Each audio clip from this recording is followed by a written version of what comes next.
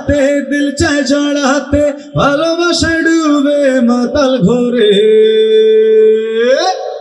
লুট করেছে মরে যাব আমি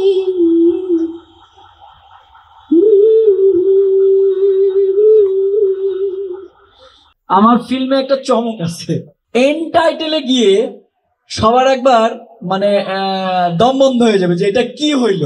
দরদের সবচাইতে বড় চমকটা হচ্ছে এন্ড টাইটেল যখন উঠবে তখন একটা কিছু থাকবে যেটা সবচাইতে বড় চমক, এবং এটা আপনাদের জন্য হলে দেখার জন্যই রেখে দিলাম আমি। খুবই খুবই সুন্দর হয়েছে দরদের রোমান্টিক গানটি, যেটা ইতিমধ্যেই রিলিজ হয়েছে, আপনারা শুনেছেন, আপনারা প্রশংসা করেছেন। হিন্দিটা বাংলাটা দুটো নিয়ে আপনাদের ভালো লাগা মন্দ লাগা জানিয়েছেন। খুব ভালো লাগছে যে প্রথম প্যান ইন্ডিয়ান মুভি আমার গাওয়া এরকম, যেটা বাংলাদেশ এবং ইন্ডিয়া দুই দেশ মিলে হচ্ছে, এমন একটি মুভিতে আমি গান গাইতে পারছি, আমি পেরেছি, গান এসেছে আমার, এই জন্য আমি খুবই আনন্দিত। 4টা ভাষায় রিলিজ হচ্ছে সিনেমাটা, মানে এত বড় স্কেলের সিনেমায় গান গাইতে পারা পরে আসলে প্রত্যাশা কি এটা অডিয়েন্স বুঝাই দিবে আমাকে, বাট মানে এক্সপেকটেশনের থেকে স্যাটিসফ্যাকশন অনেক বেশি।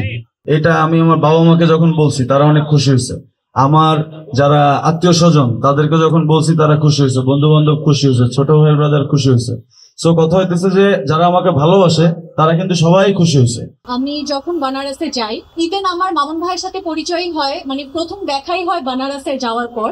সো ওইখানে আমি যখন যাই তো এর 3-4 দিন পর হচ্ছে আমার সিনগুলো স্টার্ট হয়েছে, বাট যে আমার প্রথম 3-4 দিন ছিল আমি হচ্ছে মামুন ভাইয়ের পাশে ছিলাম। যখন ওনারা কাজ করছিল আমি সেটের সাথেই ছিলাম, ওনাদের কাজগুলো দেখছিলাম। তারপর সাকিব ভাই যে কাজ করছিল ওনাকে দেখছিলাম, তারপর আমাদের যে সিনিয়ররা কাজ করছিল তাদের কাজগুলো দেখছিলাম।